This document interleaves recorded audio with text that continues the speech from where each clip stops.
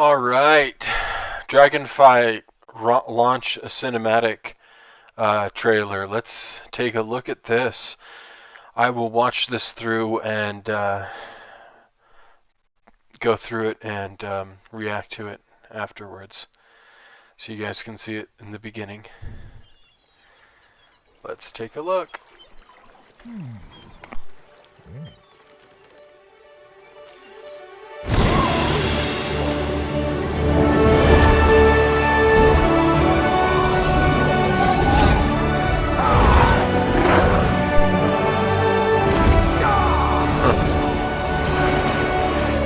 The players.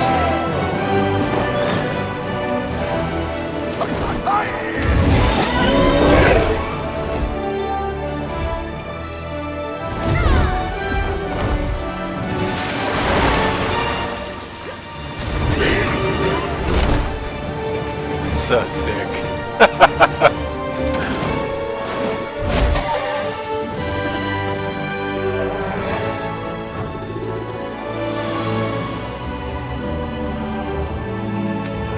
Dope. So dope.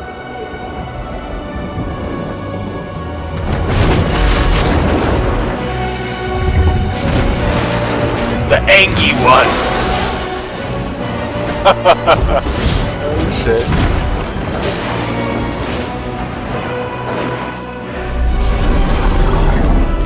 It's got a beak like a bird, bro.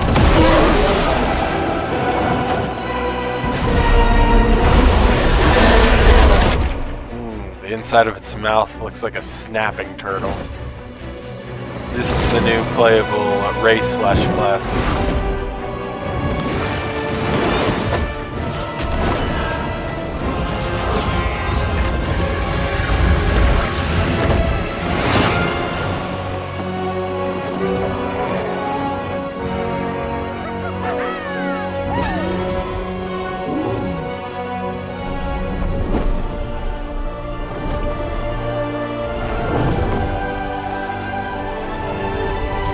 Dopeness surprise right there.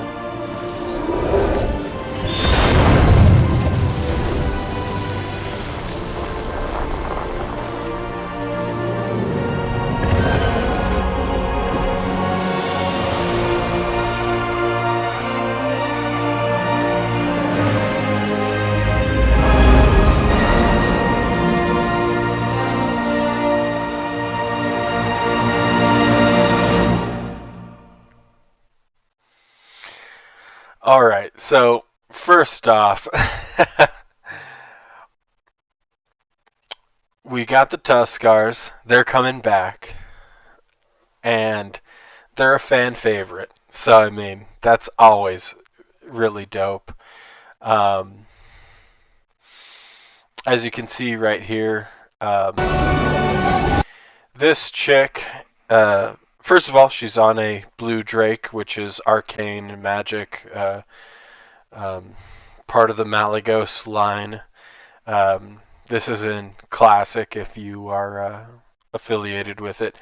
But this is one of the Dwarven riders. You can tell by kind of the fullness of the face here and the markings. This is a wild hammer dwarf. They're actually known as riders. And next we have up Mr. Dings here. The Zandalari troll.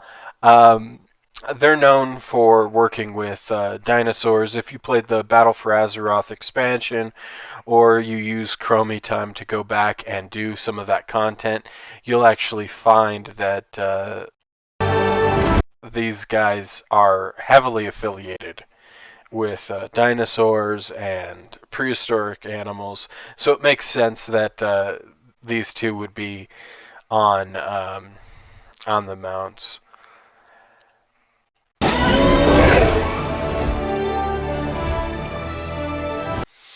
As you can see, the like putting on the goggles and like really leaning into it. They're like, it's kind of giving off the idea that it's like the Zandalari trolls may have more of an affinity with reptilian beasts, aka with their whole um, dinosaur type of affiliation with their zone. But the dwarfs are known for taming beasts.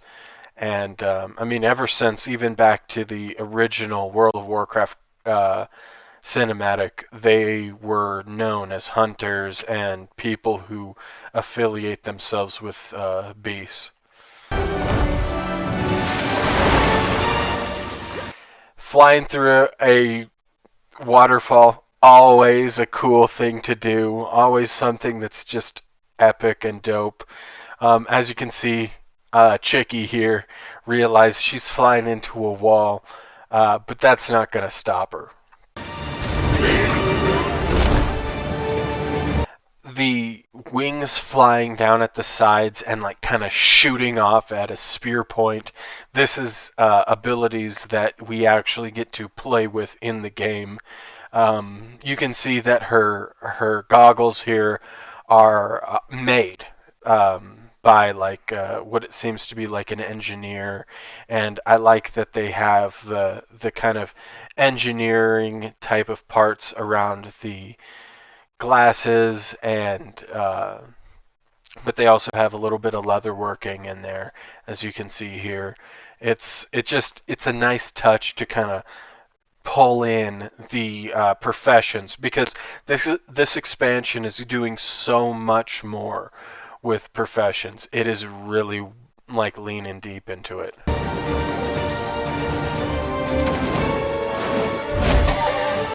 And once again, as we see the Alliance shooting past the Horde, like the Horde kind of tends to have like an easier time because they're more socially acceptable. This has to do with Chris Metzen and a lot of the previous BlizzCons, and the fact that a lot of people have like designated their homes with Horde, but the Alliance tends to, with their city structure, with their lore, with how they're tied to the game, always end up shooting past them in many different aspects, but the Horde is always right there with them. And the cool thing about this is that this is not a Horde versus Alliance expansion. This is an exploration of what's on the next frontier.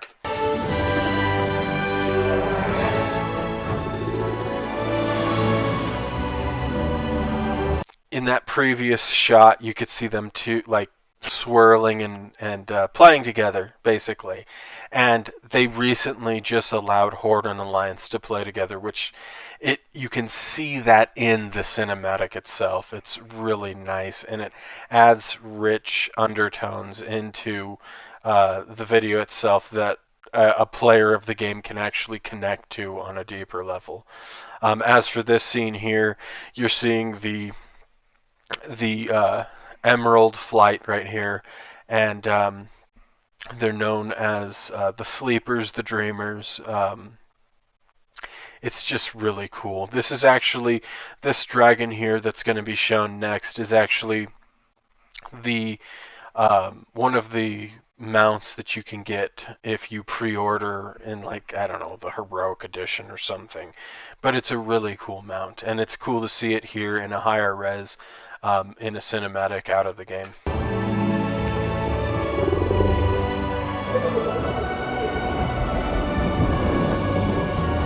As you can see, their hands are kind of like wooden. Their wings kind of have vines on them that kind of, transition into leaves. They're very nature-based. Uh, it's a very cool aspect, in my opinion. You can see on their chin, they got a little bit, a little bit of greens there too. It's just one of the things that I really connect with and like about the green Dragonflight. Whereas like the red is attacking and healing, um, the green is healing and more of like sleeping and going into a alternative realm called the Emerald Dream. There's massive lore on this. The Druids have have an affinity with this. It's just really cool to see. You've got the bronze drakes who are custodians of time, and it's cool to see all of them kind of coming into one and getting a little bit more play.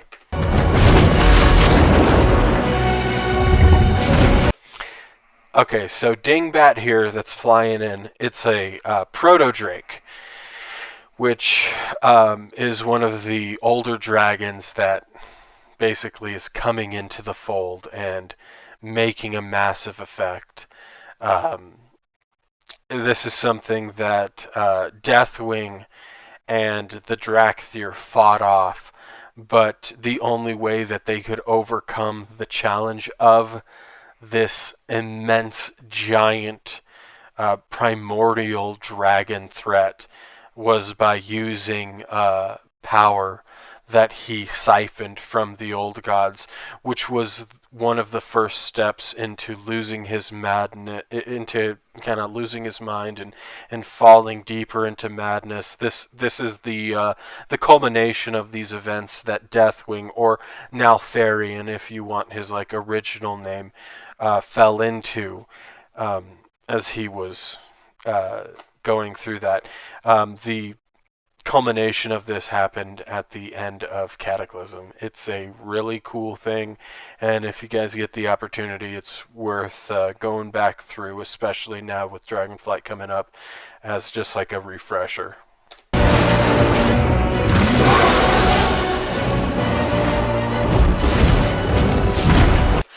As we can see once again right there, Horde and Alliance looking at each other. How do we handle this threat? Once again, we're going to have to set our differences aside and really kind of lean into how we're going to handle this threat.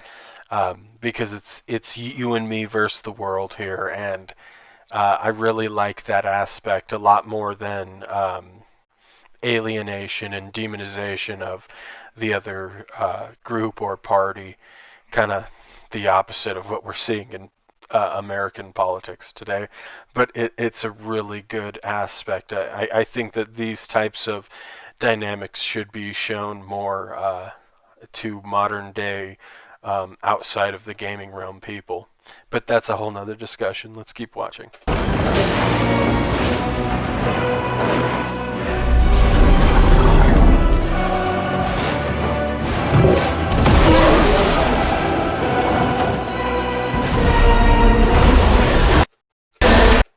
So as you can see, the inside of this dragon's mouth here, it's got the teeth on it. And if you've ever seen a snapping turtle, um, it has the same type of like autonomy of the way that the throat works. It's interesting that they went with this. I heard from another video that some of the developers were looking at penguins. I'm not familiar with the inside of a penguin's mouth. I am more snapping turtle, and the way that its kind of mouth comes to a beak-like formation, it reminds me more of a snapping turtle than it does a penguin, but this could relate to that, and maybe that's the case with them as well. But it's interesting that they're willing to implement something that is uh, gruesome slash alien to the outside perspective.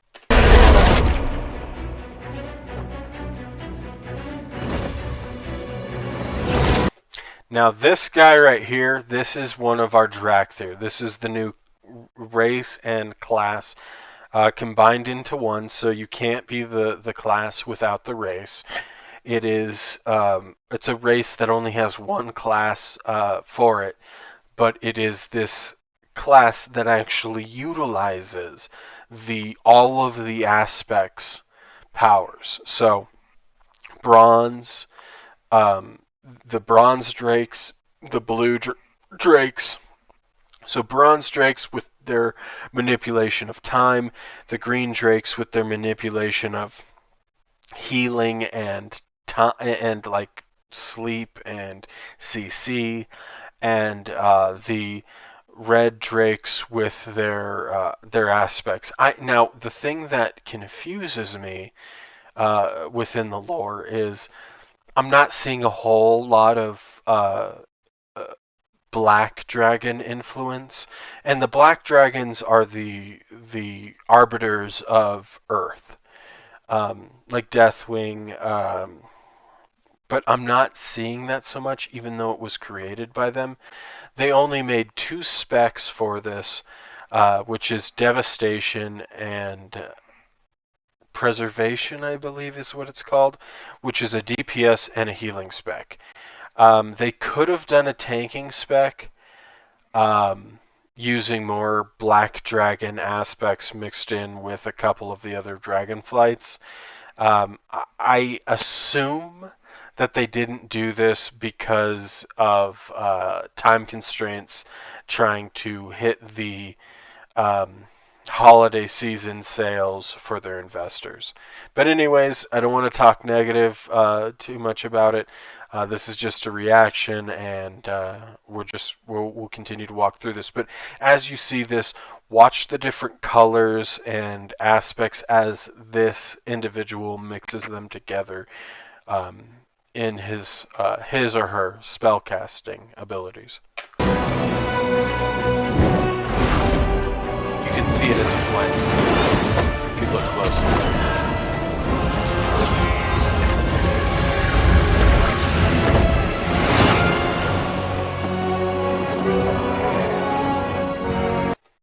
Once again, right here we can see aspects of the blue and red Dragonflights, and it's just cool to see that the Horde and the Alliance are pictured as working together once again. I think that the whole faction war is kind of out of date, especially with how PvE focused the game is overall.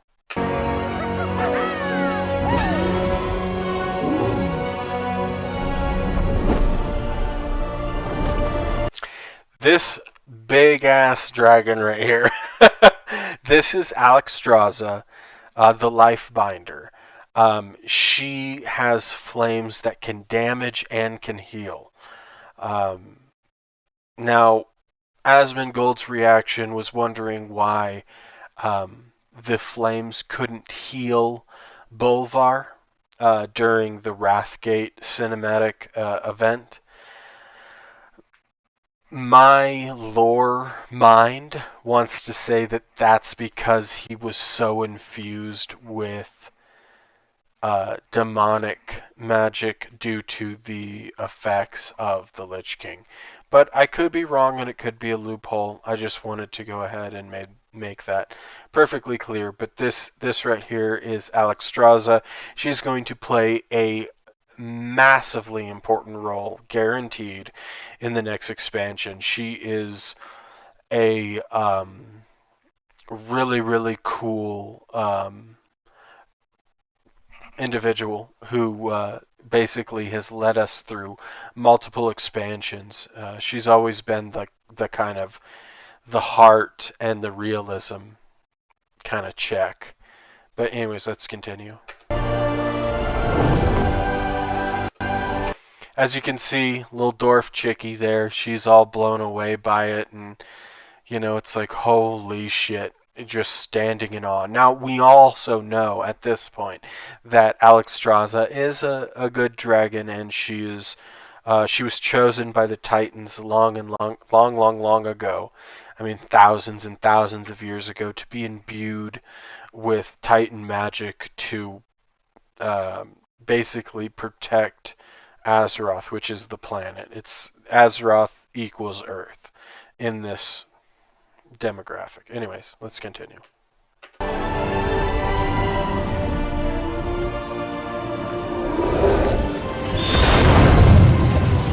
As you can see here, she is giving life back into the world as she continues to fly over. It is a new dawn for Dragonflight and for players that, overall. this is their opportunity to really bring back players and set a precedence that's less negative. I am really excited about this expansion. Um, I really hope that they turn this thing around and we don't have another BFA or Shadowlands type expansion. I'm looking forward to the new lore. I've heard whispers that it's going to be something special, and I hope that um, we all can experience it together and actually have a smile on our face at the end of it. But anyways, thank you so much for watching. I really, really appreciate it. Um, Once again, this is an up-and-coming YouTube channel, and I would really appreciate it if you could give your 2 cents. Tell me what I can do to improve. Tell me what I can do um, to change things. I'm more than willing